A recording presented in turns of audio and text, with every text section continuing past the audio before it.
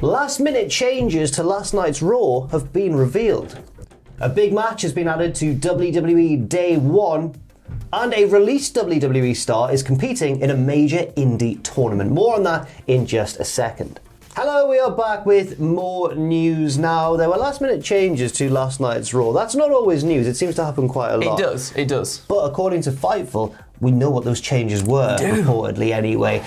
Kevin Owens and Big E's steel cage match, which opened the show, was initially planned to be the main event, but it was moved to the opener. Some people on Twitter at the time were speculating that it might have to do with the Monday Night Football game being on. Could be. And then that meant that Liv Morgan's title shot against Becky Lynch was moved to the main event in its stead. Now, this is just, that was good. Thank you. This is just also speculation on my behalf here, but Liv Morgan on Instagram posted a picture, right? And the date, so on December, what would it have been? What was yesterday's date? The 6th? Goodness I think me. It was the 6th. Yeah, why not? December, yeah, it was. So on December 6th, 2004, was when Lita and Trish Stratus main evented Raw for the Women's Championship. Yeah. So perhaps there was a little bit of history going on there, do you think, maybe? It could be to do with the football, as you were saying. Could be to do with that, to reflect historical wise. A blonde-haired lady and a red-haired lady fighting. That would be cool if it was deliberate. Cool. That would definitely be cool. I don't know if it was, but I don't know either. It would certainly be cool if intentional. The long and short of that is that Becky Lynch is still the bloody Raw Women's Champion. She was naughty, grabbing that ropey. It was very similar to the end of the Survivor Series match against Charlotte Flair. Almost like it's her new thing now. Yeah. I think we'll get a rematch down the line. That was a really good match as well. Yeah, fair play, really good Morgan. match. And the Big E and Kevin Owens one as well. Yeah, see his moonsault Kevin Owens did. That was a really good cage match, actually, but Big E, of course, won. He did. By escaping the cage. Wow. When he did an avalanche big ending, and he still thought, I'm off that cage. I'm not going to pin you. I can't pin him. I'm just going straight out the cage, pal. Yeah. Insult to injury, I think that. I think it betrays the fact that they're trying to keep all three men strong before their triple threat match. They don't want anyone to be pinned yet. That's a good point. That's a very good point. But yeah, as well, you're right, totally right. Liv Morgan, big performance in probably really the biggest match of her career so far. Without a doubt. And she pulled it out the bag. She really did. Fair play. Well done to everybody involved. Yeah, quite a good Raw, at least at the beginning and end in terms of in-ring action. Yeah, so definitely. Fair enough. Another match has been added to Day 1 featuring a Hall of Famer. And they said, The Edge. It's not Bano. It's not. It's Edge versus The Miz. Yes. There we go. And that's been made official for the pay-per-view on January 1st. Yeah. How did the match come about, though? Oh, the match came about, though, was a big old... It was announced during a Miz TV segment. And Miz said that Edge had been busy trying to protect his spot rather than help Miz when he was kicked out of the locker room years ago. It wasn't for eating chicken, as the Miz says. Oh, yeah. Sounds true. Sounds like that could have happened. Sounds like that could be built on real-life history. Yeah, definitely. There was another section, though, where Edge was like, well, look, that's not the truth because I pulled you aside in this very arena and said to you, you've got it. Just keep your head down and keep working. And he said, Miz, you just brushed me off, pal. You just brushed me off. Whereas back then, I listened to what people told me, and you just brushed it off like the big man you are. You know what? I believe Miz. Yeah. I believe Miz. Yeah, me too. What Edge should have said was, you know what, Miz, I agree with you. I want to challenge this toxic locker room culture that is pervading our industry, and then perhaps we can actually bloody get somewhere. But Joe Gacy on the phone. Boop, boop, boop, boop, boop. Hello? No, not Joe Gacy. But nothing against him, just a gimmick. Yeah. But apparently no, Edge is saying that in this arena. Yeah. He said. Yeah. As you mentioned, he said in this arena. I pulled you aside and I tried to give you some advice and you didn't listen. You were thinking you were a bigger star than you were. I don't buy that for a second, but I like. What? Do you not reckon?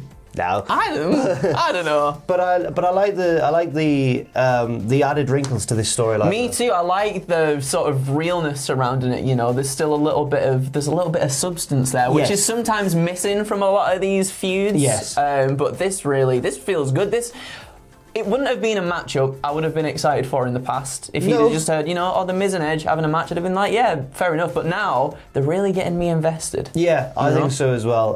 No sign yet, I don't believe, of Beth Phoenix, who obviously War Games was her last NXT commentary gig. But people are assuming that she may be getting involved in this storyline because she's left NXT. Other matches confirmed for Day 1 as well as Edge versus The Miz are, of course, that triple threat match I mentioned for the WWE Championship. Big E defending against Rollins and Owens, the Universal Championship match between Roman Reigns and Brock Lesnar, and the SmackDown Tag Team Championship between the Usos and the New Day, which is a match that we've seen many times before. It is. But they're both really good teams. They're both really good teams, and there's added oomph now with all this stuff, like Roman Reigns breaking Xavier Woods' crown, naughty, naughty boy. So I'm excited for this. I wonder if the WWE Championship match will get changed to a fatal four-way after what happened on Raw with Bobby Lashley coming out and decimating all three boys. Oh, can you imagine? Yes. So that could happen, maybe. Who knows? Maybe a rematch. I want to see a rematch of Liv Morgan and Becky Lynch again. I think we'll be up. I think that'll happen. I think you're right, because the rope break wasn't a clean finish. Liv can go, hang on now, friend. No. Yeah, absolutely. Right, moving on to the dirty independence thing now. Because GCW, the Collective, is returning for WrestleMania Week 2022.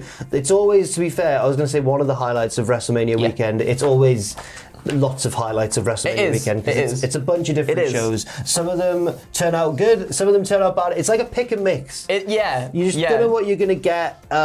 Sometimes you know what you're going to get, to be fair. You've got shows like Joey Janela's Spring Break, which is always silly, Effie's Big Gay Brunch, but then you've got ones where sometimes I'll just read the title, I'll be like, I have no idea what this is. Like, there was one year, like, Funny Isn't Money or something. Oh, I have no I idea. tuned in for it and it was bad. Oh, no, damn it. I think it was kicking off that year's WrestleMania weekend. It might be 2019 or 2018, and I was watching it in the office upstairs, just like, I'm wasting my day. What's going on here? But several shows will be taking place during WrestleMania 22. Of course, the Collective. Oh, apparently it debuted in 2019. That must have been when? Oh, that must have been, 2020, of course, was postponed until October because of lockdown. 2011 saw it return and was held in Ybor City, Florida, near Tampa Bay. Should I just read off the just read them. Just we had Effie's Big Gay Brunch, as I mentioned. It was good. Ali Cat's Real Hot Girl S-Word. Wow. GCW Planet Death. The GCW Acid Cup. GCW For the Culture, which featured a lot of exciting black talent as well. Oh, specifically. nice. Yeah, That's absolutely. awesome. And Josh Barnett's Bloodsport. Whoa. All of this going on. Oh, I get you.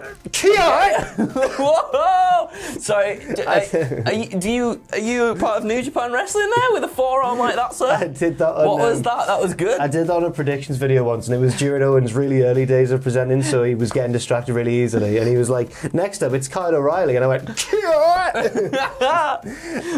good. Really proud of myself, and it got kept in, which I was buzzing about. I'm looking forward to seeing some of these again. Effie's Big Gay Brunch last year was outside. There was only a little crowd and stuff for it because obviously COVID and everything. Yeah, absolutely. But they still pulled it out of the bag. It was still a really, really fun show.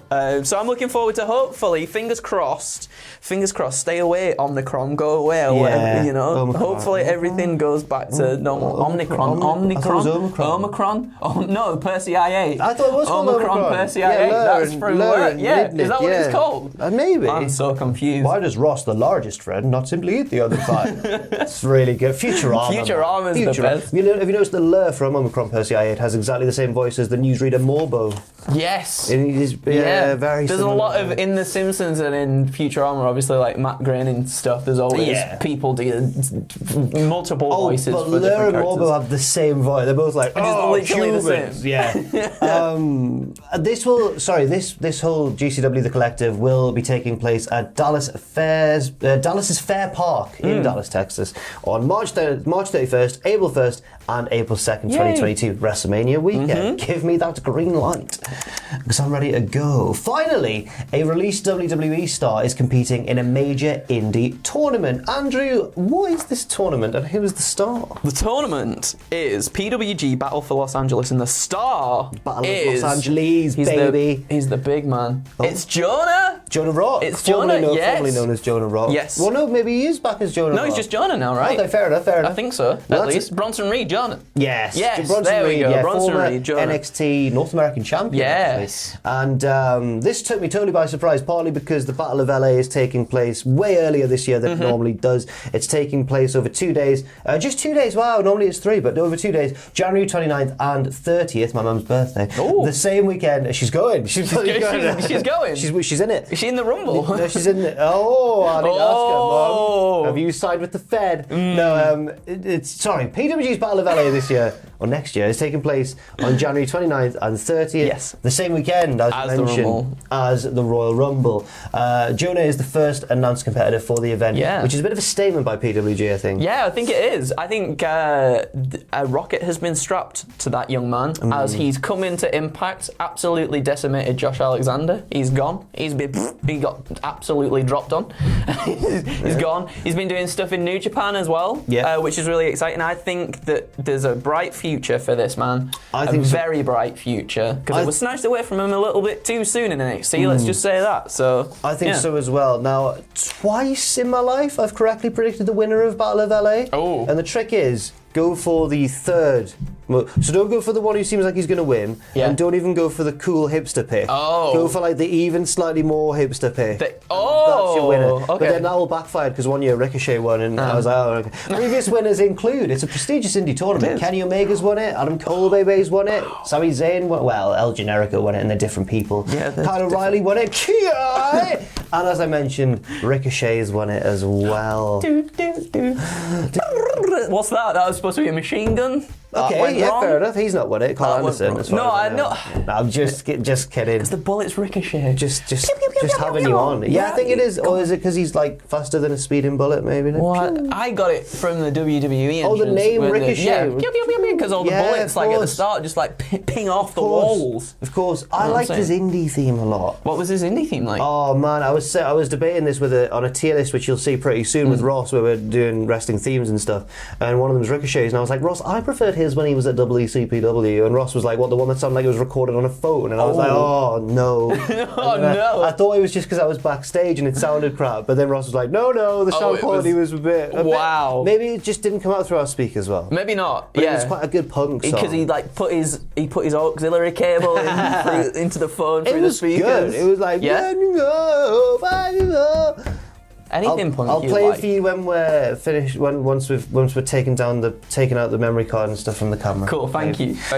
Thanks everyone for watching. This has been our second news video of today. Do check out the first video if you missed it and you want more wrestling news. Leave your thoughts and opinions in the comment section down below. Stay safe out there, and we'll see you very soon.